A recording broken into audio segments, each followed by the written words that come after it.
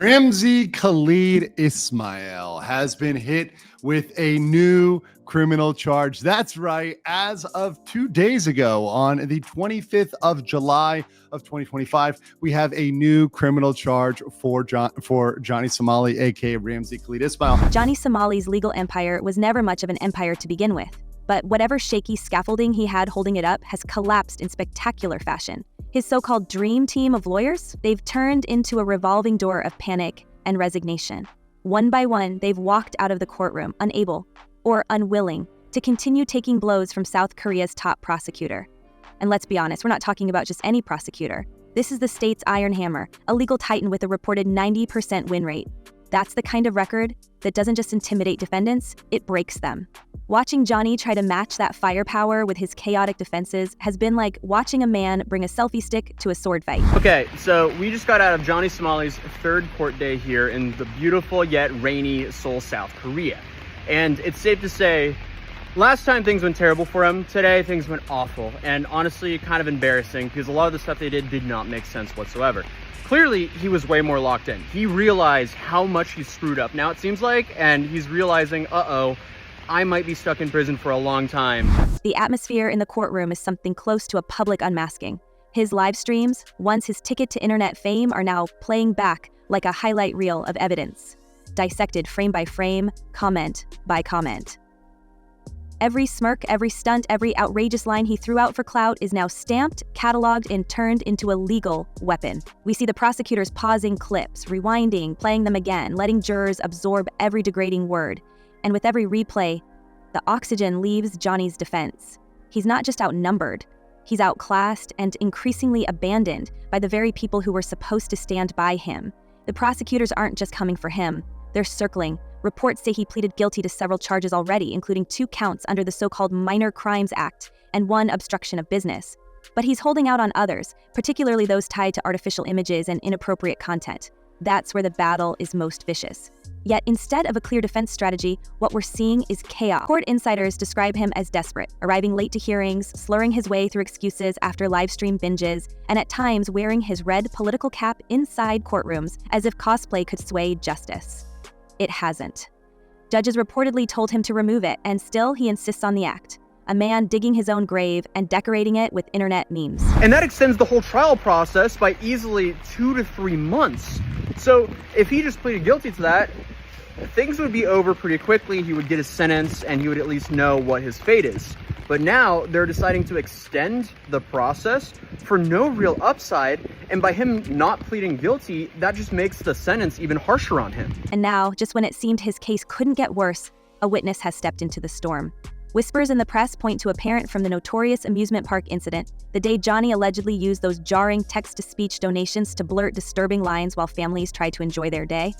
Imagine being in that courtroom when such a parent takes the stand. Their testimony won't be an abstract list of statutes. It will be emotional, raw, human. That is the type of voice jurors don't forget.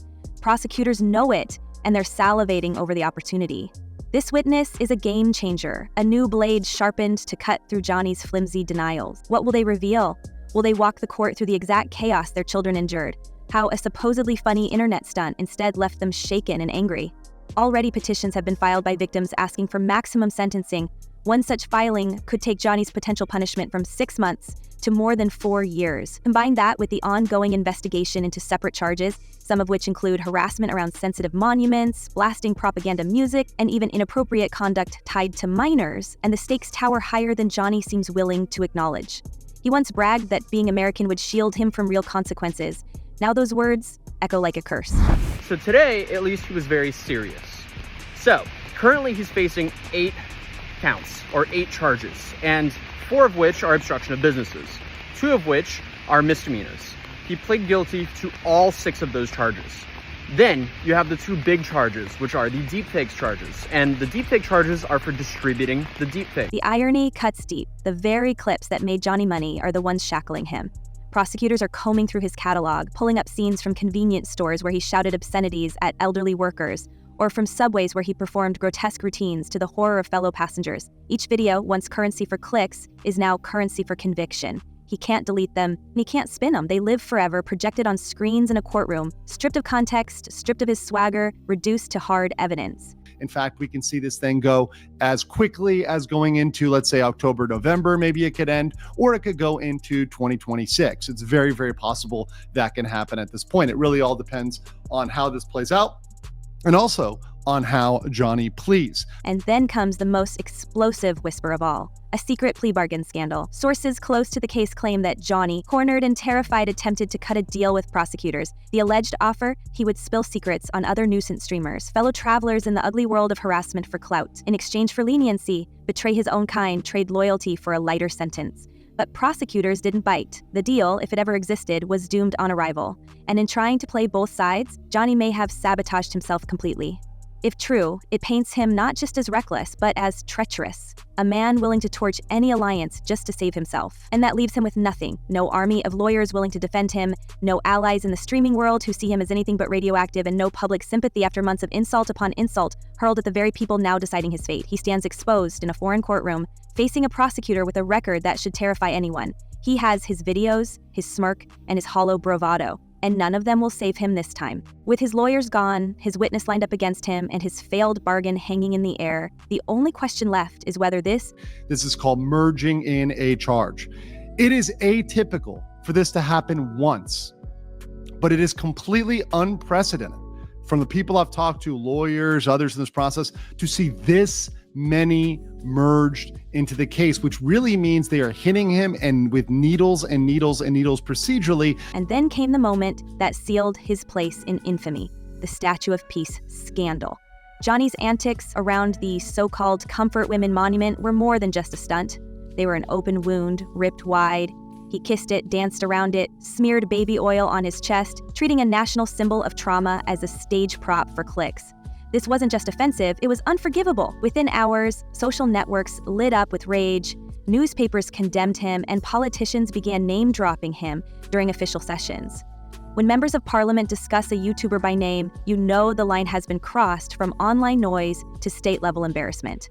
His stunt wasn't comedy, it became a catalyst. Called out in the beginning, and I said this would happen, and exactly as I predicted, we are seeing new charges added right before each court date. Every single court date since the beginning of this process. That moment detonated a chain reaction bigger than Johnny himself. Legal analysts have already pointed out that new bills are being drafted specifically with nuisance streamers in mind. Imagine being so disruptive that lawmakers change the law just to stop your behavior. He didn't simply provoke a store clerk or a subway passenger or a random bystander. He provoked the entire sense of justice in a country still haunted by the scars of occupation. And South Korea is not interested in letting this pass quietly. They want to make an example out of him, loudly, permanently, and with consequences that send a warning to every other camera-holding troublemaker thinking of hopping on a plane. Meanwhile, the cultural backlash hasn't stayed confined to courtrooms and headlines. It's spilled into the streets. Johnny has been ambushed midstream, punched in the face, even kicked to the ground. All caught live, all replayed across platforms with the schadenfreude of an entire audience cheering his humiliation. Clips circulate with captions, celebrating locals, teaching him a lesson. And let's not forget, these aren't isolated scuffles. He's been targeted multiple times in different districts by different attackers. There's talk of vigilante justice groups coordinating online, passing around his location, even dangling modest bounties for anyone who manages to confront him on camera.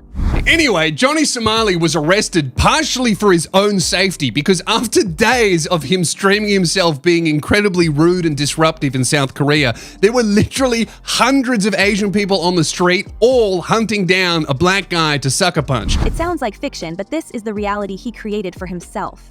Johnny's life has turned into a twisted version of a survival game where he has to keep moving, keep hiding, yet still chases the attention that put the target on his back in the first place. The irony?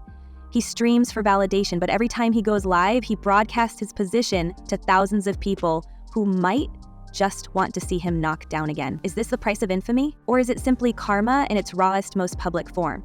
Either way, it's the first time we've seen an influencer literally hunted for content by his own audience.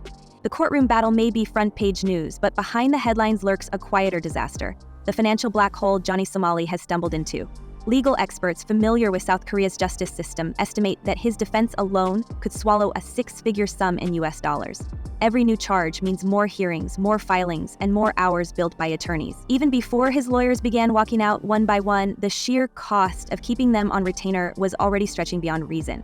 For a man whose entire income revolved around live stream donations and platform monetization, the ban on leaving the country and the blacklisting from major streaming sites is the equivalent of cutting off oxygen. For people out there, this is the sentencing range before today. It changes wildly, and you're going to see it in the best way.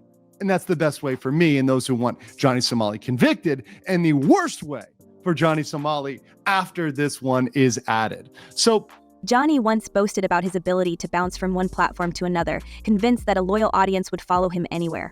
But South Korea's travel ban has turned that theory into dust. While he sits trapped, his audience has thinned out.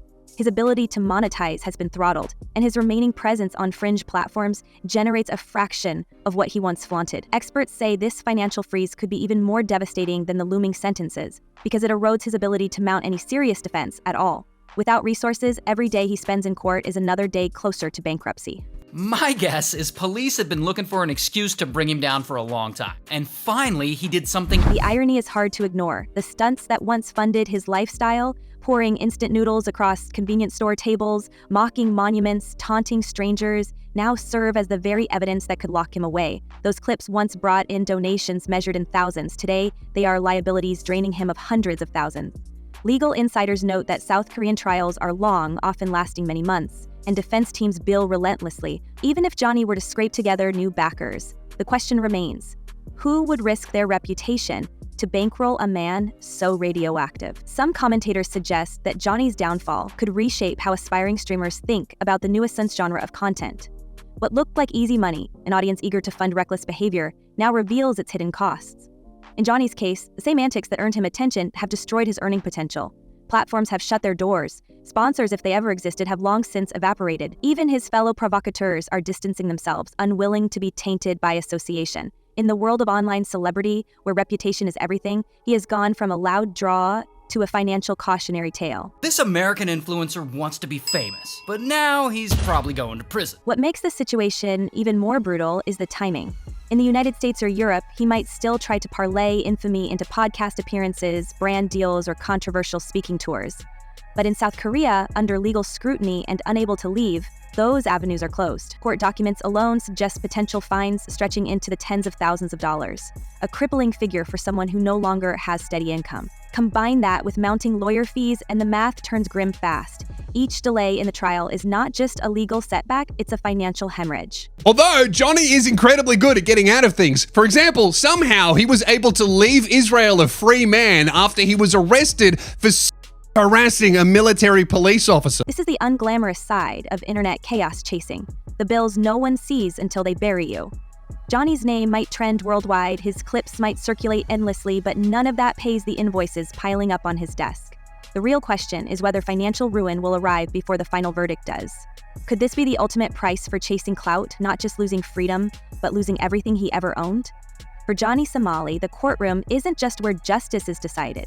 It's where his fortune, his livelihood, and perhaps his very future are being stripped away piece by piece. And while he scrambles in the streets, his courtroom drama only escalates. The charges stack higher: obstruction of business, harassment on the subway, inappropriate AI content, propaganda violations, even whispers of controlled substance possession. Legal insiders estimate that if convicted across the board, he could be staring at close to a decade behind bars and fines in the tens of thousands of dollars. That's not a slap on the wrist. That's a collapse of a life. South Korea has imposed a travel ban to ensure he can't run. And that means every day, every stunt, every poor decision he makes now happens under the microscope of both prosecutors and a furious public. Johnny Somali is frequently getting arrested in foreign countries for his on-stream behavior, but they always let him go. With the amount of sentences this guy's avoided, you'd think he's autistic. We cannot ignore the role of his so-called persona either. Johnny insists on wearing his political branding like armor, showing up to hearings in that infamous red cap, calling on American nationalism to shield him. But here's the kicker. Insiders whisper that he has even floated the idea of leveraging his image to appeal for political favor back in Washington. The so-called MAGA pardon conspiracy has been buzzing on forums. Could Johnny really believe that his cosplay as a patriotic provocateur might land him a lifeline from US officials? Those close to diplomatic circles are scoffing. No one in Washington wants to touch this scandal. His antics have embarrassed not only South Korea, but the reputation of Americans abroad. A pardon. More like a punchline. And yet, Johnny clings to the fantasy. He still goes live, still makes boasts, still insists that he will walk away unscathed. But his voice sounds thinner now, his jokes more forced, the bravado cracking under the weight of reality. He is cornered in every possible sense, by prosecutors, by lawmakers, by angry citizens, by his own community of streamers who see him as a liability rather than an ally. We are watching a man unravel in real time, his empire of chaos reduced to shaky court appearances and desperate online pleas. A kick streamer is facing 20 years in a South Korean prison after filming himself harassing women, trashing businesses, and disrespecting war monuments. So here we are, standing at the edge of his final act. A disgraced streamer hunted in the streets, dissected in the courtroom, abandoned by lawyers, mocked by his peers, and rejected by the very political icons he tried to latch onto. The walls are closing in, the countdown is ticking, and the only mystery left is this. Will Johnny Somali face the harshest punishment yet? Or will he somehow slither his way out of justice one last time? Let us know what you think in the comments below. Until then, stay sharp, stay curious, and we'll see you in the next one.